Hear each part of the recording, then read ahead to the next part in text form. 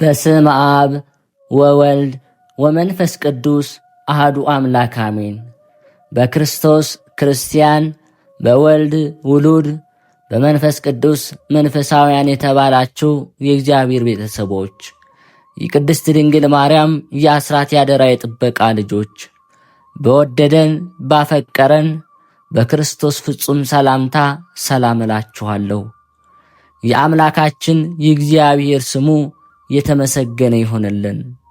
የእናቱ የእናታችን የቅድስት ድንግል ማርያም ለስሙ አጠራር ክብሩና ምስጋና ይግባት። የቅዱሳን መላእክት፣ ጻድቃን፣ ሰማዕታት እንደየተሰጣቸው ጸጋና ክብር ስማቸው የተመሰገነና የከበረ ይሆንልን። አሜን።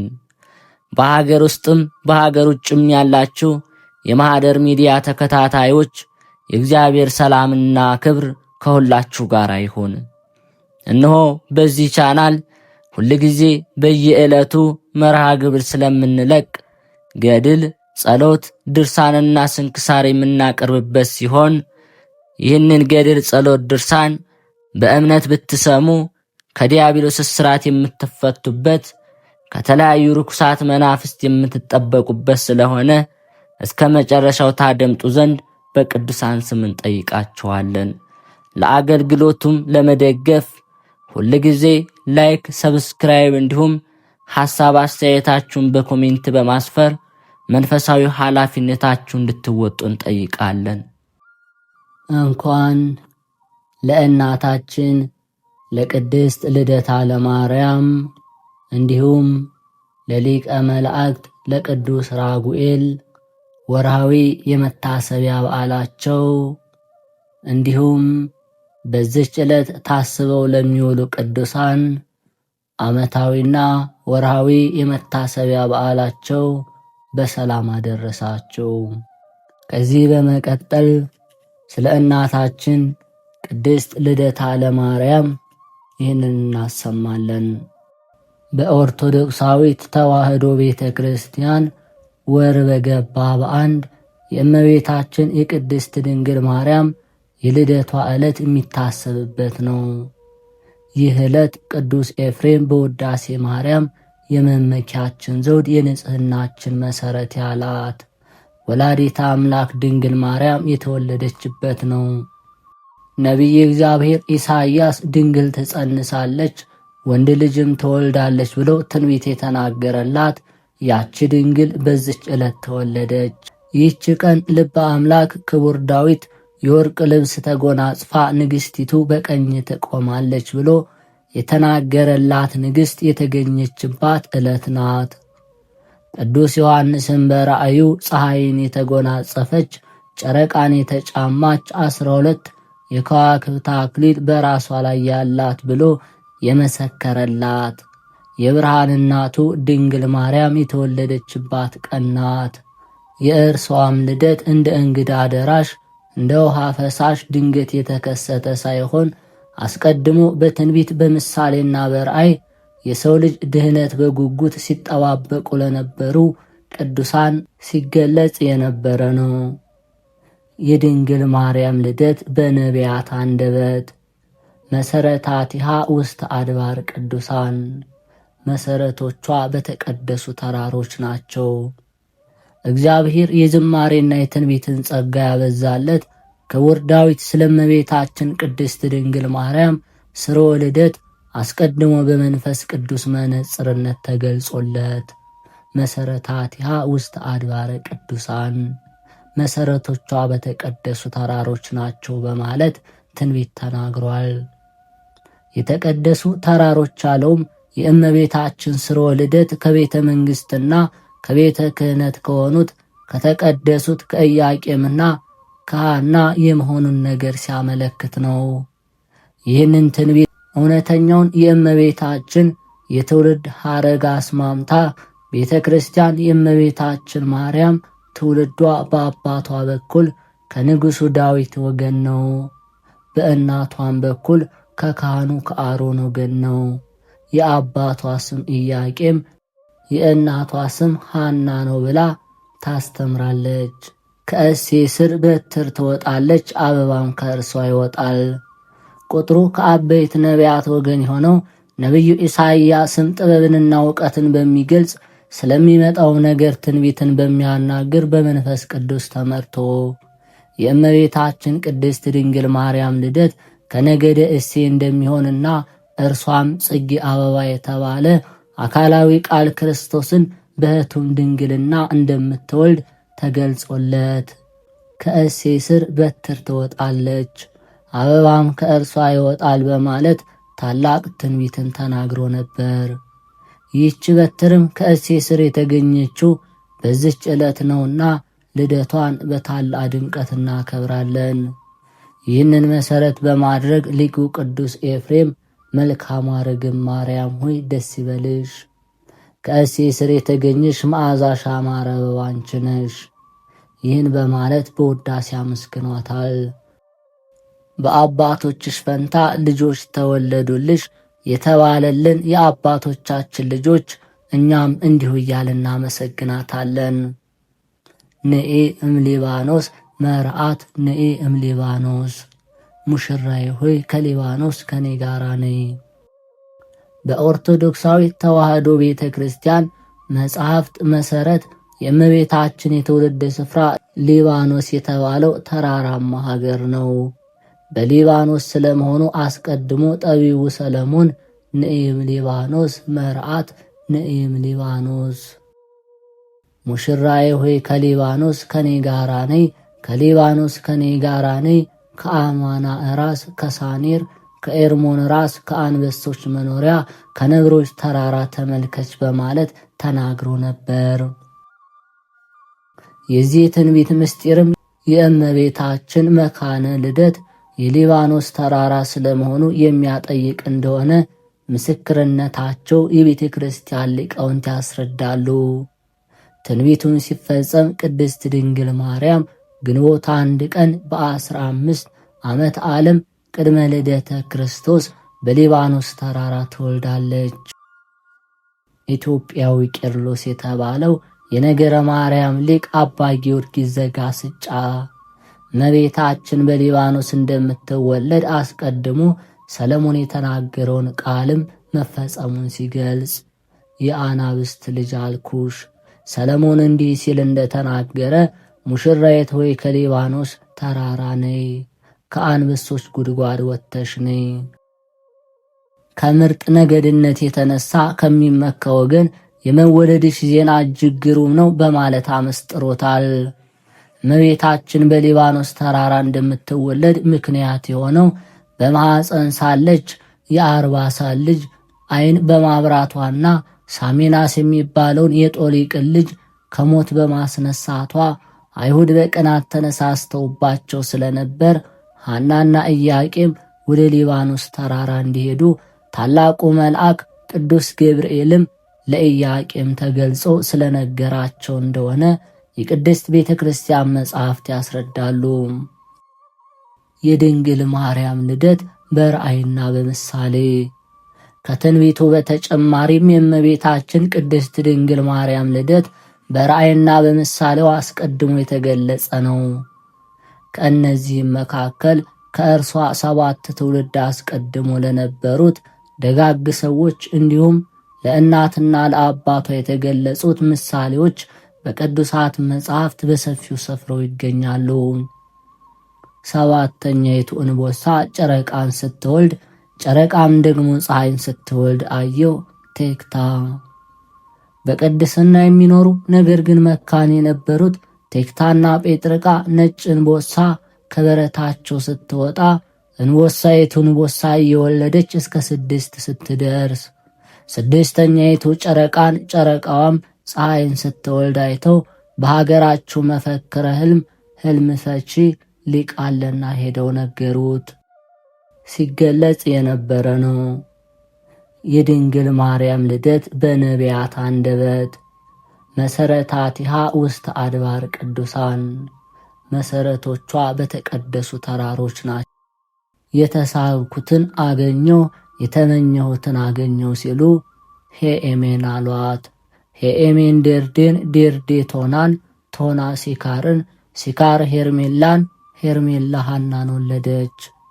ሐና ለአካለ መጠን ስትደርስ ከቤተ ይሁዳ ለተወለደ ኢያቄም ለሚባል ደግ ሰው አጋቧት።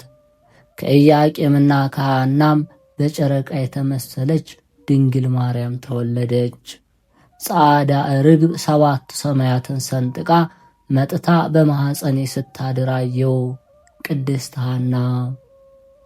ኢያቄምና ሐና መካን ስለነበሩ እግዚአብሔር ልጅ ይሰጣቸው ዘንድ ጸልየው ሲሰጣቸውም መልሰው ለእርሱ እንደሚሰጡ ስዕለትን ተስለው ነበር። ጸሎታቸው ሲደርስ ለሐና በሕልም ተገልጾላት ለባለቤቷ ለኢያቄም ነጭ ርግብ ወጥታ በራሴ ላይ ተቀምጣ ከራሴ ላይ ወርዳ በጆሮዬ ገብቶ በማኅፀኔ ስትተኛ አየሁ ብለዋለች። የዚህ ራእይ ምስጢርም ርግብ የተባለች እናታችን ድንግል ማርያም ጻዕዳ ነጭ መሆኗ ንጽሕናዋ፣ ቅድስናዋ፣ ዘላለማዊ ድንግልናዋ ነው። ነጭ ርግብ መታ በራሴ ላይ ተቀምጣ ከራሴ ላይ ወርዳ በጆሮዬ ገብታ በማኅፀኔ ስትተኛው አየሁ ማለቷ ብስራተ ገብርኤልን በጆሮዋ ሰምታ በግብረ መንፈስ ቅዱስ አምላክን የምትጸንሰውን ንጽሕት ርግብ የተባለች እመቤታችን የምትወልድ መሆኗን ሲያጠይቅ ነው። በተመሳሳይ ኢያቄምን በሕልሙ ያየውን ለባለቤቱ ለሐና 7ቱ ሰማያት እንደ መጋረጃ ተገልጠው ከላይኛው ሰማይ ነጭ ወፍ ወርዶ በራሴ ላይ ሲቀመጥ አየሁ ብሎ በሕልሙ የተገለጸለትን ነግሯታል። የዚህ ራእይ ምስጢር ወፍ የተባለ አካላዊ ቃል ክርስቶስ ሲሆን ነጭነቱ ንጹሕ ባህሪው ነው። ኢያቄም ከራሴ ላይ ወርዶ በራሴ ላይ ሲቀመጥ አየሁ ማለቱ የኢያቄምን ባህሪ እንደሚያደርግ የሚያጠይቅ ሲሆን 7ቱ ሰማያት የተባሉት የጌታችን ልዩ ባህሪው ምልአቱ፣ ስፍሃቱ፣ ርቀቱ፣ ልዕልናው፣ እበዩና መንግስቱ ናቸው። የድንግል ማርያም ልደት በሐዲስ ኪዳን ሊቃውንት የሐዲስ ኪዳን ሊቃውንትም ትንቢተ ነቢያትንና ወንጌልን በማጣጣም የእመቤታችን ቅድስት ድንግል ማርያምን ልደት አመስጥረው አስተምረዋል፣ አመስግነዋል፣ ተቃኝተዋልም። የእርሷንም ልደት እጅግ ብዙ ሊቃውንት በስፋትና በጥልቀት ያመሰጠሩት ሲሆን ለአብነትም ቅዱስ ያሬድ ማርያምስ ከጥንት ጀምሮ በአዳም ባህሪ ውስጥ እንደ ነጭ ዕንቁ ታበራለች።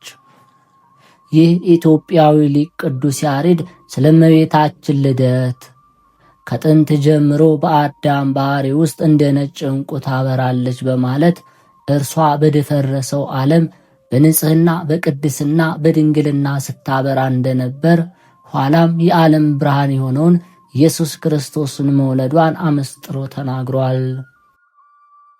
በተጨማሪም ስለ ስርወ ልደቷ ስሮቿ በምድር ጫፎቿን በሰማይ ያሉ የወይን ሐረግ በማለት የተወለደችው በምድር ከነበሩት ኢያቄምና ሐና መሆኑን የወለደችው ግን ሰማያዊ ንጉሥ እንደሆነ በማመስጠር ዘምሯል። በዚህም ሰውና እግዚአብሔርን ያገናኘች መሰላል መሆኑን ገልጾ አስተምሯል። ድንግል ሆይ በኃጢአት ፍትወት የተጸነስሽ አይደለም፣ በሕግ በሆነ ሩካቤ ከሐናና ከኢያቄም ተወለድሽ እንጂ አባ ሕርያቆስ። የብህንሳው ሊቀ ጳጳስ አባ ሕርያቆስ በቅዳሴ ማርያም ላይም ድንግል ሆይ በኃጢአት ፍትወት የተጸነስሽ አይደለም፣ በሕግ በሆነ ሩካቤ ከሐናና ከኢያቄም ተወለድሽ እንጂ በማለት የድንግል ማርያምን ጽንሰትና ልደት እንዴት እንደነበር በድርሰቷ አስፍሯል። ትውልድ ሁሉ ብጽዕት የሚላት የሁላችን እናት ድንግል ማርያም በሕግ በሆነ ሩካቤ ከሐናና ከኢያቄም ነሐሴ 7 ቀን ተጸንሳ ከ9 ወር ከ5 ቀን በኋላ ግንቦት 1 ተወልዳለች። እርሷም ስትጸነስ ጀምሮ መንፈስ ቅዱስ ከጥንት አብሶ ጠብቋታል፣ አበሳውም አልነካትም። ይህንንም ነቢይ እግዚአብሔር ኢሳይያስ በኃጢአት በተከበበ መርገም በመላበት ዓለም ውስጥ ከኃጢአት ከበደል ርቃ ተለይታ እንደ ጌዲኦን ጸምር በንጽሕና የተገኘች ንጽሕት ዘር መሆኗን ሲያስረዳ የሰራዊት ጌታ እግዚአብሔር ዘርን ባያስቀርልን ኖሮ እንደ ሰዶም በሆንን እንደ ገሞራም በመሰልን ነበር በማለት ተናግሯል። እንዲሁም ጠቢቡ ሰለሞን ንጽሕናዋን በትንቢት መነጽር አይቶ ወዳጅ ሆይ ሁለንተናሽ ውብ ነው፣ ምንም ነውር የለብሽም፣ ሙሽሪት ሆይ ከሊባኖስ ነይ በማለት በንጽሕና በቅድስና ያጌጠች መርገመ ሥጋ መርገመ ነፍስ ያልነካት የድኅነታችን ምክንያት የንጽሕናችን መሠረት የሰው ባሕሪ ከእግዚአብሔር ጋር እንዲዋሃድ ምክንያት የሆነች ንጽሕት የሰርግ ቤት ድንግል ማርያም በሊባኖስ የመወለዷን ነገር አስቀድሞ ነግሮናል።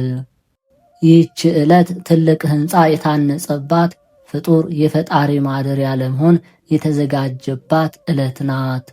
ቅዱስ እንድርያስ የቀርጤሱ ቅዱስ እንድርያስ የከበረ ስለሆነው ስለ እመቤታችን ቅድስት ድንግል ማርያም ልደት ታላቅነት ይህ በዓል በሐዲስና በብሉይ ኪዳን መካከል መገኛ ሆነ። ምሳሌዎቹ በእውነታ አሮጌው በሐዲስ ኪዳን ተተኩ። ፍጥረት ሁሉ በደስታ ይዘምራል፣ የዚህ ቀንም ደስታ ይካፈላል። ይህ ዕለት ጌታ መቅደሱን የሠራበት ዕለት ነው። ይህ ዕለት ትልቅ ሕንፃ የታነጸበት ፍጡር የፈጣሪ ማደሪያ ለመሆን የተዘጋጀበት ዕለት ነው በማለት ገልጿል። በእውነት የእርሷ ልደት የልዑል ማደሪያው መቅደስ የተሠራበት ዕለት ነውና ሁላችን እናከብረዋለን። ይህች የልዑል ማደሪያ እናቷ ሐና አባቷ ኢያቄም በእጅግ ተደስተው በተወለደች በ8ኛ ቀኗ ስሟን ማርያም ብለው ሰይመዋታል። አባታችን አዳም ከወደቀ በኋላ ንስሐ በገባ ጊዜ አምላካችን ጌታ እግዚአብሔር የድኅነት ቃል ኪዳን ገባለት። ቃል ኪዳኑም ከልጅ ልጅ ተወልጄ አድንሃለሁ የሚል ነበር። ስለሆነም አዳም 5500 ዘመን የሕይወት ምክንያት የሆነች የልጅ ልጁ የእመቤታችን ድንግል ማርያም ከአብራኩ ከተከፈሉ ቅዱሳን ልጆቹ የምትወለድበትን ቀን ተስፋ እያደረገ ኖረ። የእመቤታችን የድንግል ማርያምን የመወለዷን ዜና ተስፋ በማድረግ ሴት ይላት የነበረው ሚስቱን ሔዋንን በእመቤታችን ምሳሌነት ሔዋን የሕያዋን ሁሉ እናት ብሎ ሰየማት። ዳግማዊ አዳም የተባለ ክርስቶስም የአዳምን ተስፋ በመስቀል ላይ በፈጸመ ጊዜ እውነተኛዋን ሔዋን ዳግማዊት አማናዊት ሔዋንን ድንግል ማርያምን በዮሐንስ ወንጌላዊ በኩል ለሕያዋን ምእመናን ሁሉ እናት አድርጎ ሰጠ። ይህን የከበረ ምስጢር የማይረዳ ክርስቲያን እንዴት ያሳዝናል! እኛ ኦርቶዶክሳውያን ክርስቲያኖች ግን የቀዳማዊ አባታችን የአዳምን እንዲሁም በዳግም ተፈጥሮ ያከበረንን ዳግማዊ አዳም የተባለ ጌታችን መድኃኒታችን ኢየሱስ ክርስቶስን ቃል ተቀብለን የሕያዋን ሁሉ እናት ድንግል ማርያምን ልደቷን በፍጹም ደስታ እናከብራለን። ከተወደደ ልጇ ምሕረትን ትለምንልን ዘንድ ወደ እርሷም እናንጋጥጣለን። ከጌታችን ከኢየሱስ ክርስቶስ ልደት ቀጥሎ በታላቅ ድምቀት የምናከብረው የእመቤታችን የቅድስት ድንግል ማርያም ልደቷ ቀን ነው። ስለ ቅዱስ ዮሐንስ በመወለዱ ብዙዎች ደስ ይላቸዋል ከተባለ የድንግል ማርያም ልደት ምንኛ የሚያስደስት ይሆን? የነቢያቱ ትንቢት የተፈጸመበት፣ የታየው ራእይ በገሃድ የተከናወነበት፣ በብሉይ ማብቂያ የሐዲስ ኪዳን መጀመሪያ ናትና ልደቷ ለሰው ልጆች ሁሉ ለሕያዋን ሁሉ ታላቅ የደስታ ቀን ነው። ሰማያውያን ቅዱሳን መላእክትም በንጽሕናዋ በቅድስናዋ ተደንቀው እህታችን እንኋት ብለው ያመሰግኗታል። በዘመናችን ያሉ የሰዎች ልደት በድምቀት የሚከበር ከሆነ ለሰው ልጅ መዳን ምክንያት የሆነች የአምላክ እናት የተወለደችባት ቀን ምንኛ ሊከበር ይገባው ይሆን? ቅድስት ቤተ ክርስቲያናችንም ወር በገባ በአንድ የእመቤታችን የልደቷ መታሰቢያ ቀን በማድረግ ታስባለች። በኦርቶዶክሳዊት ተዋሕዶ ቤተ ክርስቲያን ትውፊት መሠረት ሐናና ኢያቄም ከአይሁድ ለማምለጥ ተሰደው በአድባረ ሊባኖስ ስር እመቤታችን ወለዱ። ከእናታችን ከቅድስት ልደታ ለማርያም በረከቷን ረድኤቷን ያሳትፈን በእውነት። የተከበራችሁ የልዑል እግዚአብሔር ቤተሰቦች፣ ከዚህ በመቀጠል በዚህ ዕለት ታስበው ከሚውሉ ቅዱሳን የሊቀ መላእክት የቅዱስ ራጉኤል ወርሃዊ የመታሰቢያ በዓሉ ነው። ድርሳኑንም እንዲህ እናሰማለን። በስም በአካል በግብር ሦስት በባህሪ በሕልውና አንድ አምላክ በሚሆን ቅድመ ዓለም የነበረ ዓለምን አሳልፎ በሚኖር የሕያዋን ሁሉ መገኛ በሰማያት ኃይላትና በመላእክትም ሁሉ አለቆች ላይ ነግሶ የሚኖር እሱ ብቻ የሆነ ኃይላትን ወስኖ ገቶ የሚያኖር ሁሉን የሚያነጻ ፍጥረቱን ሁሉ የሚገዛ በቅዱሳን ላይ አድሮ የሚኖር ምስጋናው ድንቅ የሆነ ስፍር ቁጥር የሌላቸው ትጉሃን መላእክት የሚቀድሱት የሚያመሰግኑት በኋለኛውም ዘመን ከሦስቱ አካላት አንዱ አካል ቃል ከመቤታችን ከቅድስት ድንግል ማርያም ሥጋን በነሳ ጊዜ ሥጋዋም ከመለኮት ጋር በተዋሃደ ጊዜ ሦስትነት በሦስትነቱ ለዘላለም ጸንቶ መኖሩን እንጂ ሦስትነት ወደ ሁለትና አራትነት እንዳልተለወጠ አምነን በዓሉ በሚከበርበት በጥቅምት 1 ቀን የሚነበብ የሚነገር የሚጸለይ የቅዱስ ራጉኤል መጽሐፈ ድርሳን እናሰማለን። ሐዋርያው ቅዱስ ጳውሎስ ስለ ቅዱሳን መላእክት ረዳትነታቸውና ስለሚረዷቸው ደጋግ ሰዎች እንዲህ አለ። መላእክትስ ሁሉ መንፈስ ወይም ረቂቃን ናቸው። ሕይወትን ማግኘት ወደሚገባቸው ሰዎች ዘንድ የበጎ መልእክት ለማድረስ ይላካሉ። መላእክት በእግዚአብሔር ትእዛዝ እኛን ይጠብቁ ዘንድ ዘወትር ከኛ ጋር ናቸው። ጌታችን በወንጌል ከነዚህ ከታናናሾቹ አንዱ ስንኳ ቢሆን አታቃሉ፣ እነሱ በሰማይ ያለ የአባቴን ፊት ያዩ ዘንድ ክብር እንዳላቸው እውነት እላችኋለሁ ብሎ እንደተናገረ የሰው ልጅ የጠፋውን ዓለም ፈልጎ ያድን ዘንድ መጥቷልና ብሎ እንደተናገረ ለእኛም ለሥጋችን ብቻ የምናስብ ደካሞችና የኀጢአት ተገዢዎች ለሆንን ይለምንልን ዘንድ የተገባ ነው። ለነቢያት ለሐዋርያት እንኳ ወደ እነሱ እየተላኩ ልመናቸውን የሚያሳርጉላቸው እነሱ ናቸውና አሁንም ፈቃዱን ለሚያደርጉትና ትእዛዙን ለሚፈጽሙ ቸርነት ያላቸው ጽኑዓን ቅዱሳን የሚሆኑ የእግዚአብሔርን መላእክት የመታሰቢያቸውን በዓል ማድረግ ይገባናል። ይልቁንም እግዚአብሔር ዓለምን ይቆጣጠር ዘንድ የሾመው በብርሃናት ላይ ልዩ ሥልጣን ያለው ታላቅና ቅዱስ መልአክ የሚሆን በመላእክት አለቃ በቅዱስ ራጉኤል መሪነት ስለ ኃጢአታችን ስሬት ይማልድልን ዘንድ መላእክትን እናከብራቸው እናግናቸው። ጌታ ኢየሱስ ክርስቶስ ሰማያትን ከነጓዛቸው ማለት ከፀሐይ ከጨረቃና ከከዋክብት ጋር እንዲሁም ምድርንና በሷ ላይ የሚኖሩትን የሰፈሩትን ፍጥረታት ሁሉ አሳልፎ አዲስ ሰማይና አዲስ ምድርን ለመመስረትና ለመዘርጋት በሚመጣበት ጊዜ የመላእክት አለቃ ቅዱስ ራጉኤል በእግዚአብሔር ዘንድ ከፍተኛ ሥልጣንና ድርሻ አለውና በእውነትና ክብረው። የሐዋርያት አለቃ ጴጥሮስ ሰማያት ያለመነቃቃት ይከፈታሉ ያልፋሉም ብሎ እንደተናገረ የእግዚአብሔር ቀን ድንገት እንደ ሌባ ትመጣለችና ፍጥረታትም ሁሉ በእሳት መቃጠል ይጠፋሉ፣ ምድርም እንዲሁ በእሷ ላይ ያለ ሁሉ ይጠፋል ይቀልጣል። ይህም ሁሉ እንደዚህ የሚጠፋ ሲሆን ሰማያት ተቃጥለው የሚጠፉበት ያቺ እግዚአብሔር የሚመጣባትን ቀን ተስፋ አድርጋችሁ በመጠባበቅ ስትቸኩሉ ለተቀደሰችና ለበጎ ሥራ ምንኛ ዝግጁ መሆን ይገባችኋል። ማንኛውም ሥራ ሁሉ ይቀልጣል፣ ይቃጠላል። እኛ ግን ጽድቅ የሚኖርባቸውን አዲሱን ሰማይና አዲሱን ምድር ተስፋ እናደርጋለን፣ እንጠብቃለን።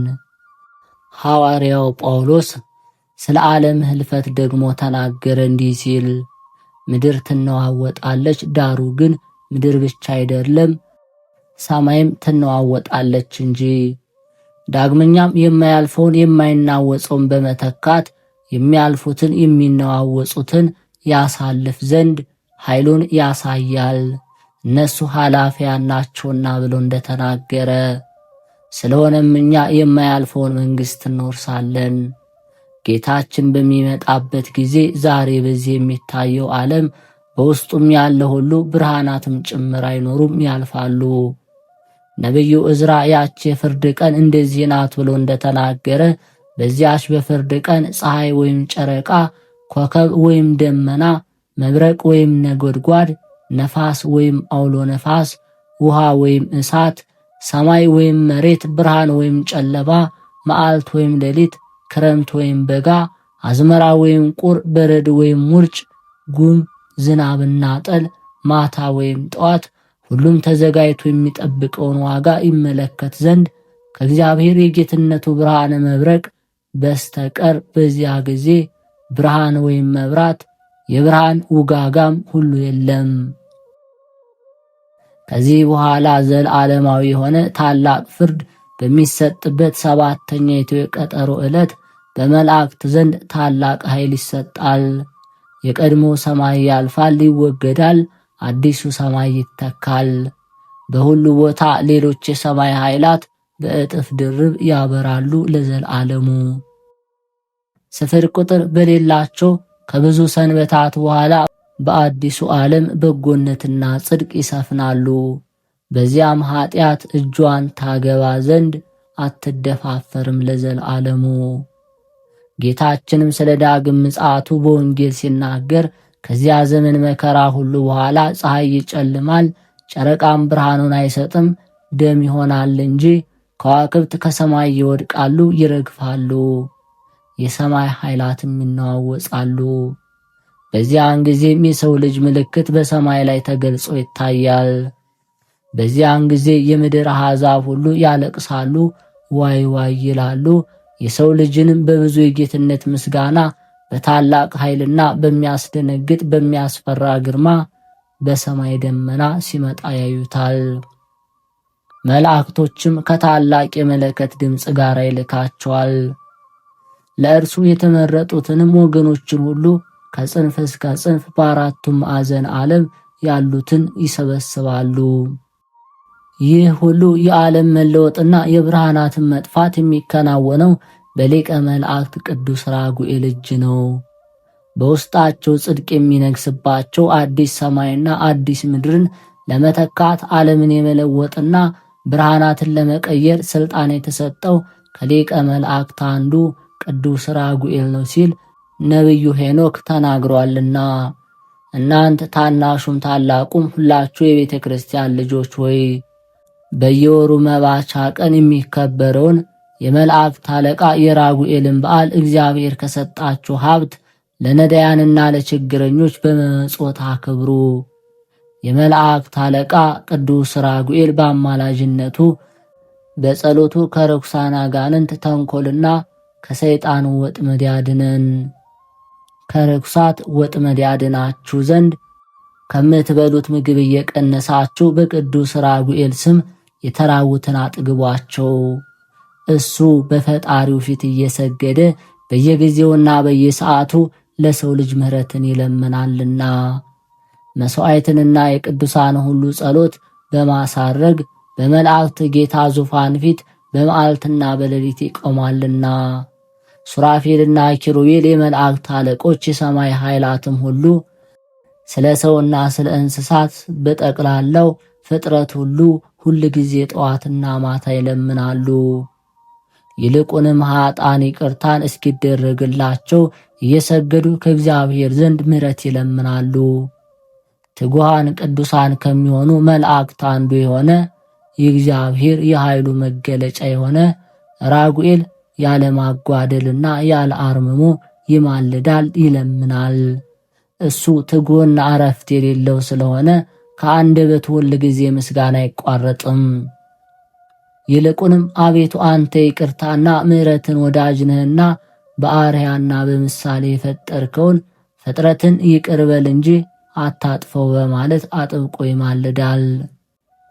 የሁሉን ጸሎት የሚሰማ እግዚአብሔር ቅዱስ ራጉኤልን የራጉኤል አምላክ ይቅር በለኝ በማለት አንዲት ቃል ስንኳ ቢናገር እንደ ወዳጄ እንደ አብርሃም እንደ ባለሟሌ እንደ ይስሐቅ እንዳከበርኩትም እንደ ያዕቆብ ክብርን ባለሟልነትን እሰጠዋለሁ።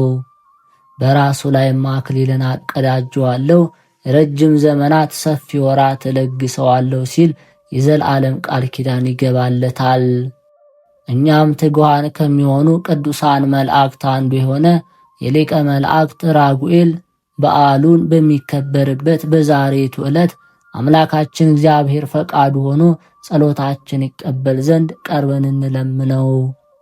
እንዲህም እያለን እንማልደው። አምላካችን እግዚአብሔር ሰማይና ምድርን በውስጣቸው የሚገኘውን ፍጥረት ሁሉ የፈጠርክ፣ ሰማይን በከዋክብት የሸለምክ፣ ምድርን በልዩ ልዩ አበባ ያስጌጥካት፣ አቤቱ በቸርነትህ ብዛት በደላችን ይቅር በለን። በየጊዜውና በየሰዓቱ ሁሉ ጠብቀን። ቀኑ ያንተ ሌሊቱም ያንተ ነውና። በኪሩቤል ላይ አድረህ የምትኖር አምላካችን ሆይ በመላእክት ዘንድ ትከበራለህ፣ ትመሰግናለህም።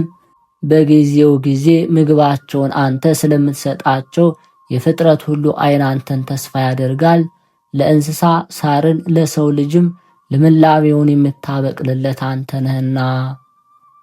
አቤቱ አሁንም ስለ እጽዋትና ስለ አበባዎች ስለ ምድርን ፍሬ ሁሉ እንለምንሃለን፣ እንማልድሃለን። ሥጋዊ ደማዊን ሁሉ የምትመግብ አንተ ነህና። አቤቱ ቸር አዳኝ የምትሆን አምላካችን ሆይ አገራችን ኢትዮጵያ በፍጹም ሰላም ጠብቃት። የሊቀ መላእክት ቅዱስ ራጉኤል የጸሎቱ ኃይል እኛንም ሁላችንም በእውነት ትጠብቀን። ነቢዩ ሄኖክ ከቅዱሳን መላእክት አንዱ የሆነ ጸላኤ ዲያብሎስን የሚበቀለው ራጉኤል በብርሃናት ሁሉ ላይ የሰለጠነ ነው ሲል ስለሱ ተናገረ። ዳግመኛም ከአዳም 7ኛ ትውልድ የሆነ በእግዚአብሔር ፊት ግብሩ ያማረ ሥራው የሰመረ እስከ ዛሬ በሞት ወጥመድ ያልገባና የሞት ጥላ ያላረፈበት ነቢዩ ሄኖክ ከትጉሃንና ቅዱሳን መላእክት አንዱ ስለሚሆን መላእክት አለቃ ቅዱስ ራጉኤል እንዲህ አለ። በዚያን ወራት ወደ ምዕራብ በኩል እስከ ምድር ዳርቻ ድረስ ሲሄድ ያለምንም እረፍት እየነደደ የሚገሰግስና የሚሮጥ እሳት ተመለከትኩ። እሱም በመዓልትም በሌሊትም ከቶ ከሩጫው አይቆምም አለ። ይህ እረፍት ወይም መቆሚያ የሌለው ምንድን ነው እሱ ስል ጠየቀው። በዚህን ጊዜ ከኔ ጋር አብሮ የነበረ ቅዱሳን መላእክት አንዱ የሆነ ቅዱስ ራጉኤል ይህ ወደ አረብ ወይም ወደ ምዕራብ በኩል እየነደደ ሲያልፍ የተመለከትከው እሳት ለዓለሙ ሁሉ ብርሃንን የሚሰጥ ፀሐይ ነው ሲል መለሰልኝ።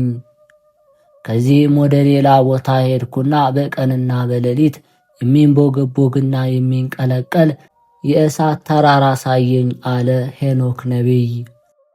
እንግዲህ ከእግዚአብሔር ዘንድ ተልኮ ለጻድቁ ነቢዩ ሄኖክ ምስጢረ ሰማያትን ገልጾ መዛግብተ ብርሃናትን ከፍቶ ላሳየው ሊቀ መላእክት ራጉኤልን ክብሩን ታላቅነቱን ተመልከቱ።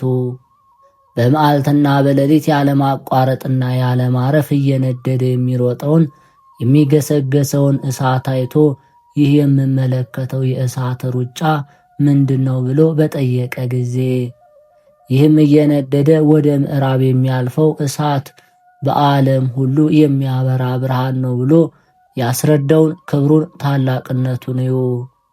ዳግመኛም በሌላ ቦታ በመዓልትና በሌሊት የሚነድ የእሳት ተራራ ያሳየውን እዩ ተመልከቱ። እንግዲህ ክርስቲያን የሆነ ሁሉ በፍጹም ልቦና በፍጹም ሐሳቡ ስለ ፍጥረቱ ሁሉ በእግዚአብሔር ፊት በትጋትና በቅንነት ዘወትር የሚማልዱትን የእግዚአብሔር የቅዱሳን መላእክቱን መታሰቢያ የሚያደርግ የተመሰገነ ነው። ይልቁንም አብዝተው አስፍተውና መልተው ለሰው ደህንነት የሚለምኑ ከሰይጣን ተንኮልና ከርኩሳን አጋንንት ከመሳሳት እንድን ዘንድ ወደ ፈጣሪያችን የሚጸልዩ የሚማልዱ ናቸውና መታሰቢያቸውን ማድረግ ይገባናል ለዘላለሙ በእውነት። ነቢዩ ሄኖክ ቅዱሳን መላእክት ለሰው ልጅ ስለሚያደርጉት አማላጅነት ጸሎትና ልመና እንዲህ አለ። በዚያን ጊዜ የብርቱ ነፋስ ሰረገሎች ከምድር ገጽ ላይ ነጥቀው ወደ ላይ አወጡኝና በሰማይ ዳርቻ አስቀመጡኝ። በዚያም ልዩ ልዩ ራእይ ማለት የቅዱሳን ማደሪያቸው የጻድቃን መኖሪያቸውን አየው። ዳግመኛም ቅዱሳን መላእክት ለሰው ልጅ ሲለምኑ ሲማልዱ ሲጸልዩ ዓይኖቼ ተመለከቱ።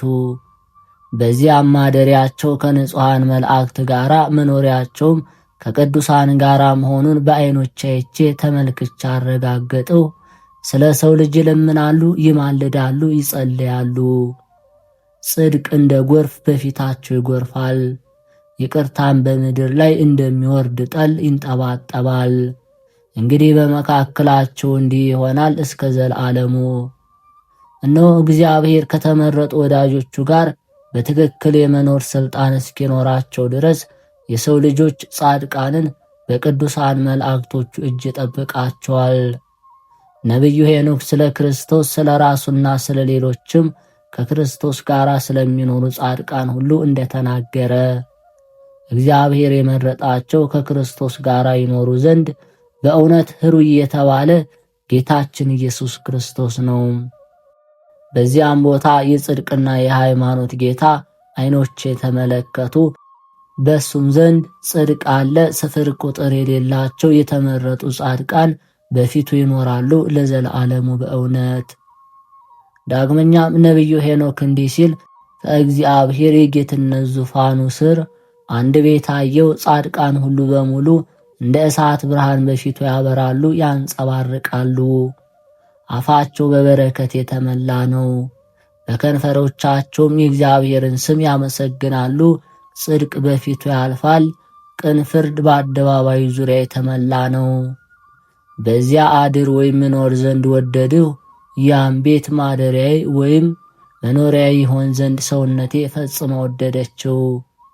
በመናፍስት ጌታ ፊት ይህን የመሰለ ጽኑ ሐሳብ ነበረኝና በዚያን ጊዜ እግዚአብሔርን ስም በበረከትና በምስጋና ከፍ ከፍ አደረግኩት። እሱ በይቅርታውና በቸርነቱ ብዛት በክብር ላይ ክብር አጽንቶኛልና ከፍ ከፍም አድርጎኛልና። በዚያን ጊዜ በእርጋታና በዝግታ ሆኜ ዓይኖቼ የምስጋና ደሴት ተመለከቱ። እኔም እሱ ብሩክ ምስጉን ነው፣ ቅድመ ዓለም የነበረ መንግሥቱን መቋረጥ ሳይኖርበት እስከ ዘላለሙ ጸንቶ የሚኖር ብሩክ ምስጉንም ነው እያልኩ ፈጽሜ አመሰገንኩ። እሱ ዓለም ከመፈጠሩ አስቀድሞ እስከ ልጅ ልጅ ወይም ፍጻሜ ለሌለው ዘመን የሚሆነውን ሁሉ ያውቃል። ነቢይ ሄኖክ አርምሞ ጽርዓት የሌለባቸው ትጉሃን መላእክት በጌትነት ዙፋን ፊት ቆመው ያመሰግንኋል ብሎ እንደተናገረ በእውነትም የእግዚአብሔር መላእክት ሁሉ ያለ ሐኬት ያለ ስንፍና እግዚአብሔርን ያመሰግኑታል። አሸናፊ እግዚአብሔር ሆይ ቅዱስ ቅዱስ ቅዱስ እያልን እናመሰግንሃለን እያሉ ታላቅ ቃል በሚያመሰግኑበት ጊዜ ምስጋናቸው ሰማይና በምድር ያስተጋባል። በዚያም በፊቱ ቆመው የእግዚአብሔር ስሙ ብሩክ ነው፣ እስከ ዘላለሙም እሱ ምስጉን ነው እያሉ በማመስገን የሚያከናውኑትን የምስጋና ሥነ ሥርዓት ሁሉ ተመለከትኩ። ፊቴ ተለዋወጠ፣ አንጸባረቀብኝም። በእግዚአብሔር የጌትነቱ ዙፋን ፊት በሚቆሙ ስፍር ቁጥር በሌላቸው እልፍ አእላፋት መላእክት ጉባኤ የተነሳ የማየውን ወይም የምመለከተውን ለይቼ ለማወቅ ተስኖኛል። ዳግመኛም በመላእክት ጌታ ፊት ንዋም ወይም እንቅልፍ ከሌላቸው ወገን ሌሎች 4 ልዩ ልዩ ገጽ ያላቸው ተመለከትኩ። ስማቸውም ወደ እኔ መጥቶ የነበረ መልአክ እንደነገረ የተረዳው አወቅው። ልዩ ልዩ ምስጢራትን ሁሉ ገለጸልኝ። እነዚህም 4ቱ ገጻት በመናፍስት ጌታ ፊት የሚያመሰግኑ ቃላቸውን ሰማው። የመጀመሪያው ቃል ወይም ድምፅ ለዘላለሙ ምስጋና የባህሪው የሚሆን እግዚአብሔርን ያመሰግናል። ሁለተኛው ቃል እስከ ዘላለሙ ክብር ምስጋና ገንዘቡ ለሆነ እግዚአብሔርን ሲያመሰግን ሰማው። ሦስተኛው ቃል በምድር ላይ ስለሚኖሩ ሁሉ ወደ እግዚአብሔር ሲጸልይ ሲለምንና ሲማልድ ሰማው። አራተኛው ቃል አጋንንት በምድር ላይ የሚኖሩ ሰዎች ኃጢአት ወደ እግዚአብሔር እያዘከሩ ከእግዚአብሔር ጋር እንዳያጣሏቸው አጋንንትን ሲከላከልላቸውና ሲያሳድድላቸው ሰማው አየው። ከቅዱሳን መላእክት አንዱ የሚሆን ይህ የመላእክት አለቃ ቅዱስ ራጉኤልም የእግዚአብሔርን ስም በመጥራትና በማመስገን የሚማልዱ እንደ ቅዱስ ሩፋኤልና ቅዱስ ሚካኤል፣ ቅዱስ ገብርኤልና ቅዱስ ሳቁኤል እሱም እንደነሱ እግዚአብሔር ከሰይጣን ወጥመድ ያድናቸው ዘንድ ለሰው ልጆች ምሕረትን ይለምናል። የመላእክት አለቃ የሚሆን የቅዱስ ራጉኤልና የሌሎችም የእግዚአብሔርን መላእክቶች ሁሉ መታሰቢያ የሚያደርግ ክርስቲያናዊ ሰው የተመሰገነ ነው። ጠላታችን ሰይጣንና ሰራዊትም ሁሉ እኛን ለማጥፋት በቀንና በሌሊት ከእኛ ጋር ለመዋጋት እንደሚተጋ እሊህም የእግዚአብሔር ቅዱሳን መላእክት እኛን ለማዳን ተግተው ይጠብቃሉና። ሐዋርያው ቅዱስ ጳውሎስ ወደ ኤፌሶን ሰዎች በላከው መልእክቱ ወንድሞች ሆይ በእግዚአብሔር ጽኑ፣ በችሎታችሁም ኃይል ጸንታችሁ ኑሩ፣ የእግዚአብሔርንም የጦር ልብስ ልበሱ፣ የሰይጣንንም ተንኰል ትቋቋሙ ዘንድ እንዳለ። ዳግመኛም ውጊያችሁ ወይም ትግላችሁ ከሥጋዊና ከደማዊ ጋር አይደለም፣ ነገር ግን የጨለማውን የዚህን ዓለም ከሚገዙ ገዢዎችና ባለሥልጣን ከሰማይም በታች ባለ ርኩሳን መናፍስት አጋንንት ጋር ነው እንጂ ብሎ እንደተናገረ። ስለዚህም በዚያች በክፉ ቀን ጠላታችሁን ለመቋቋምና ለመመከት ትችሉ ዘንድ የእግዚአብሔርን የጦር መሳሪያ ያዙ፣ ወገባችሁንም ታጠቁ፣ ቁሙ። ለሰላም ጎዳና መዘጋጀት የወንጌልን ቃል ተጫምታችሁ የጽድቅን ጥሩር ተቀዳጁ። ከዚህም ሁሉ ጋር የክፉ ፍላጻ እሳትን ታጠፉበት ወይም ተመክቱበት ዘንድ የሃይማኖትን ጋሻ መከታ አድርጉ። በራሳችሁ ላይ የመድኃኒት ራስ ቁር ተቀዳጁ፣ የመንፈስ ቅዱስንም ሰይፍ የታጠቁ፣ ይኸውም የእግዚአብሔር ቃል ነው አለ። ቅዱሳንም ሁሉ በጸሎትና በልመና ሁል ጊዜ ተግታችሁና አዘወትራችሁ በመንፈስ ጸልዩ። ስለ እኔ ደግሞ ስለ ወንጌሉ ምስጢር ገልጬ አስተምር ዘንድ አፌን ይከፍትልኝና የመናገር ኃይል ይሰጠኝ ዘንድ ጸልዩ አለ። እንግዲህ ሐዋርያው ጳውሎስ ለኤፌሶን ሰዎች የሰይጣንን ተንኰል አውቀውና ተገንዝበው የመንፈስ ቅዱስን የጦር መሳሪያ በመታጠቅ ይዋጉት ዘንድ ተዘጋጅተው እንዲቀመጡ እንዳዘዛቸውና እንዳስተማራቸው እኛም የመድኃኒታችን ክርስቶስን በማመን የሰይጣንን ተንኰል መረብ እንበጥስ ዘንድ የእግዚአብሔር ኃይል ጋሻ መከታ አድርገን መጠባበቅ ይኖርብናል። ለሰው ልጅ ደህንነት ወደ እግዚአብሔር በጸሎታቸው እየማለዱ እንድን ዘንድ የቅዱሳን መላእክት በዓላቸውን ለማክበር እንትጋ። ይልቁንም ስለኛ ይለምንልን ዘንድ ወደ እኛ መጥቶ ይረዳን ዘንድ ክቡር የሚሆን የመላእክት አለቃ የቅዱስ ራጉኤልን መታሰቢያ በየወሩና በየዓመቱ ማድረግ ይገባናል። እሱ የተቸገሩትን ይረዳ ዘንድ ከፈጣሪው ሥልጣን ተሰጥቶታልና። አቤቱ ኃይልህ የሚገለጥበት የመላእክት አለቃ የሚሆን የራጉኤል አምላክ ፈጣሪያችን እግዚአብሔር ዓለምን ከነጓዙ ፈጥረህ ያከናወንክ ከዓመቱ የመባቻ ቀን ጀምሮ ከዓመት እስከ ዓመት ያለውን አውደ ወርህና አውደ ዕለት ባርክ። በማያልፍ በማያልቅ ቸርነትህ የምድርን ፍሬ ባርክ። ይልቁንም ለዘላለሙ በነፍስ በሥጋ በድንግልና ጸንታ ለምትኖር እናትህ ድንግል ማርያም አስራት አድርገህ የሰጠሃት ኢትዮጵያ ሀገራችን በሰላም ትጠብቅ ዘንድ በእናትህ በድንግል ማርያምና በመልአከ ኃይል በራጉኤል አማላጅነት እንለምንሃለን፣ እንማልድሃለን። ለዘላለሙ በእውነት አማላጅነቱ ለዘላለም በእውነት ይደረግልንና የመላእክት አለቃ ቅዱስ ራጉኤል ያደረገው ተአምር ነው። በባለ መድኃኒቱና በክፉ ሥራው የታወቀ ጌባል በሚባል ሀገር የሚኖር በልዓም የሚባል አንድ መሰግል ወይም ጠንቋይ ነበር። ከዕለታት በአንድ ቀን ባላቅ በተባለ አረማዊ ሰው እስራኤልን ይረግምለት ዘንድ መሰግል በልዓምን ወደሱ ጠራው። ጠንቋዩ በልዓምም ወደሱ ይሄድ ዘንድ በቅሎውን ጭኖ ተነሳ።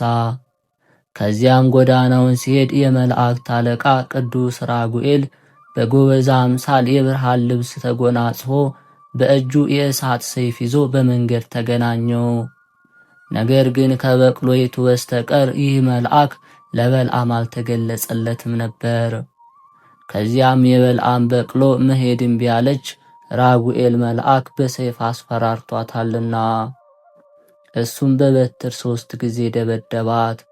በቅሎዋም መሰግል በለዓምን ያለ ጥፋቴ ስለምን ትደበድበኛለህ? ይልቁንም እሳት ለብሶ እሳት ተጎናጽፎ በእጁ የእሳት ሰይፍ ይዞ በፊት የቆመው መልአክ አይታይህምን? ስትል በሰው አንደበት ተናገረችው። እንደዚህም ከተናገረችው በኋላ ጠንቋዩ በለዓም መልአኩ ራጉኤል ተገልጾለት አየው። ከዚያም መሰግል በለዓም ከበቅሎ ላይ ወረደና ለዚያ መልአክ ሰገደለት። መልአኩ ራጉኤልም ጠርቶ የነበረ ወደ ባላቅ ሂድ፣ አትፍራ፣ ነገር ግን በእስራኤል ላይ አትራገም አለው። ከዚህ በኋላ ያ ጠንቋይ መልአኩ ራጉኤል እንዳዘዘው ወደ አረማዊ ወደ ባላቅ ሄደና ከታላቅ ተራራ ላይ ወጣ። በዚያም የእግዚአብሔር መንፈስ እንዳናገረው ያ መሰግል ጌታ ኢየሱስ ክርስቶስ ወደዚህ ዓለም መጥቶ ከያዕቆብ ወገን ሰው ስለመሆኑ ሲናገር ኮከብ ከያዕቆብ ይወጣል፣ የእስራኤል ማህበር ሁሉ የተባረከ ነው በማለት ትንቢት ተናገረ። በዚህ ጊዜ በለዓም እስራኤል ሳይረግም በመቅረቱ ባላቅ እጅግ ተቆጣ፣ ሰውነቱም ተበሳጨ፣ ተንቆጫቆጨ። ቅዱስ ራጉኤል አማላጅነቱ ከሁላችን ጋር ይሁን በእውነት።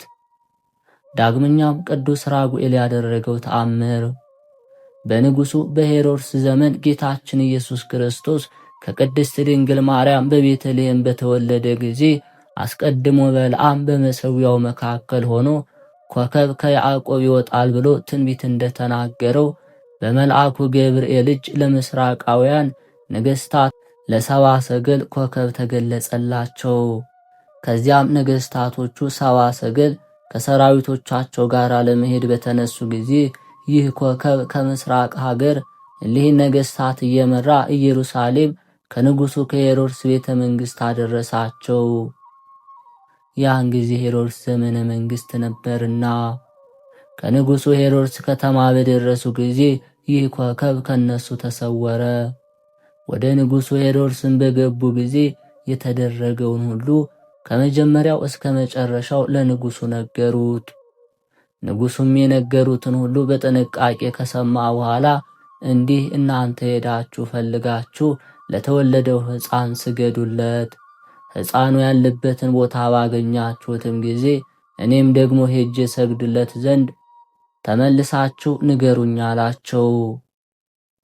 ከንጉሡ ከሄሮድስ ከተማም ወጥተው ሲሄዱ መልአከ ብርሃናት ራጉኤል ዳግመኛ ያንን ኮከብ ገለጸላቸውና ኮከቡ እየመራቸው እስከ ቤተልሔም አደረሳቸው።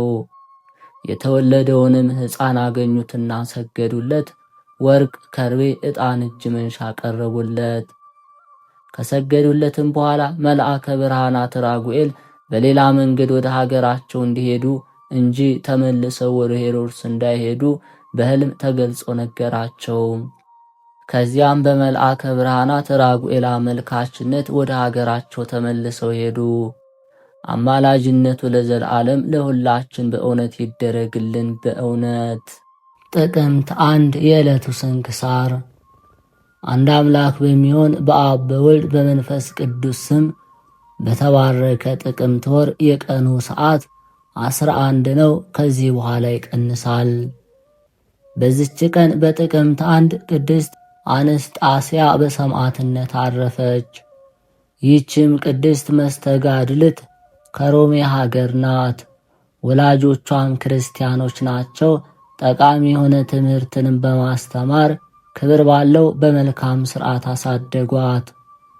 ባደገችም ጊዜ ወላጆቿ ሊያጋቧት ፈለጉ። እርሷ ግን ይህንን ሥራ አልፈለገችም። የምንኩስና ልብስ መልበስ ፈለገች እንጂ ከታናሽነቷ መንፈሳዊ ገድልን መረጠች። ስለዚህም በስውር ሄዳ በሮሜ ካሉ ገዳማት ወደ አንዱ ገዳም ገባች። ታናሽ ስትሆንም የምንኩስና ልብስ በመልበስ በጾም፣ በጸሎት፣ በረሃብ፣ በጽም በመጠመድ የዚህን ዓለም ሐሳብ ሁሉ ከልቦናዋ ቆርጣ በመተው በመጋደል ሥጋዋን አደከመች። በቀኑ ርዝመትም ሁሉ የምትጾም ሆነች። በየ2 ቀኖችም ታከፍላለች። በጌታችን ጾም ግን ያለ ሰንበታት ቀን የምትመገበው የለም። በሰንበታት የምትመገበው ከቀትር ጸሎት በኋላ ነው። በእነዚያም በምንኩስና ወራት በእሳት ያበሰሉትን ወጥ አልቀመሰችም። በገዳሙ አቅራቢያ ሌላ የደናግል ገዳም አለ። የዚያ ደብር በዓልም በደረሰ ጊዜ እመምኔቷ በዓሉን ለማክበር ይህችን ቅድስት አንስጣስያን ከእህቶቿ ደናግል ጋር አስከትላት በአንድነት ተጓዙ። ሲጓዙም የንጉሥ ዳኪዎስ ወታደሮች አየቻቸው። ከእርሳቸውም ጋር የታሰሩ ክርስቲያኖች አሉ። ወታደሮቹም አስረው በቁጣ ይጎትቷቸው ነበር። ልቧም በሃይማኖት ፍቅር ነደደና ያን ጊዜ እንዲህ ብላ ዘለፈቻቸው። የእውነት ፈጣሪን የካዳችሁ ልቦናችሁ የደነዘዘ እግዚአብሔር በመልኩና በአምሳሉ በፈጠራቸውና ስለ እነርሱም ነፍሱን ለሞት አሳልፎ በሰጠላቸው ላይ ለምን እንዲህ ትሰራላችሁ? ይህንንም ባለቻቸው ጊዜ ወታደሮቹ ተቆጡ። ይዘውም ወደ መኮንኗ አቀረቧት። እርሱም እንዲህ ብሎ ጠየቃት። በእውነት አንቺ የተሰቀለውን የምታመልኪው ክርስቲያን ነሽን? እርሷም ስለኛ የተሰቀለውን ክብር ይግባውና እርሱን አመልከዋለሁ ብላ መለሰችለት። በዚያን ጊዜ ጽኑ ሲቃይን አሰቃያት፣ በሥጋዋም እሳትን ጨመረ። ከዚህ በኋላ ዘቅዝቆ ሰቀላት። ከበታቹም አጤሱባት። ከሃይማኖቷን ባልተነዋወጸች ጊዜ ራሷን በሰይፍ ይቆርጡ ዘንድ አዘዘ። በዚህ በታላቅ ሲቃይም ውስጥ ሳለች ራሷን በሰይፍ ቆረጧት። በመንግሥተ ሰማያትም የሰማዕትነትን አክሊል ተቀበለች። ለእግዚአብሔር ምስጋና ይሁን፣ እኛንም በጸሎቷ ይማረን፣ በረከቷም ከእኛ ጋር ይሁን። ጌታ ሆይ ከብልጽግናቸው ብዛት የተነሳ ብዙ መባ ካገቡት ይልቅ የድሃይቱን አነስተኛ መባ እንደተቀበልክ ለሁል ጊዜ የሚያገለግሉ አእላፍ መላእክትን እያሳሰብው በችግር ጊዜ የማቀርብልህ ምስጋና ተቀበል። እናንተም ቅዱሳን ነቢያት፣ የወንጌል ሰባኪያን ሐዋርያት፣ ሰማዕታትና ጻድቃን፣ ትጉሃን መላእክት፣ ፍዩማን ደናግል እንዲሁም ደጋጎች መነኮሳት ሆይ ልጅ አዋቂ ሳይለይ የምንሰባሰብበትን የጉባኤ ቦታ ባርኩ። ይህን መጽሐፍ ወረቀት አዘጋጅቶ የጻፈውን ያጻፈውን የተረጎመውን ቃለ ንባቡን በእርጋታ መንፈስና በተመስጦ ሕሊና ያዳመጠ በደለኛን ሁሉ የምታስምር የጌታ እናቱ በማርያም ጸሎት ኢየሱስ ክርስቶስ በአንድነት ይማረን።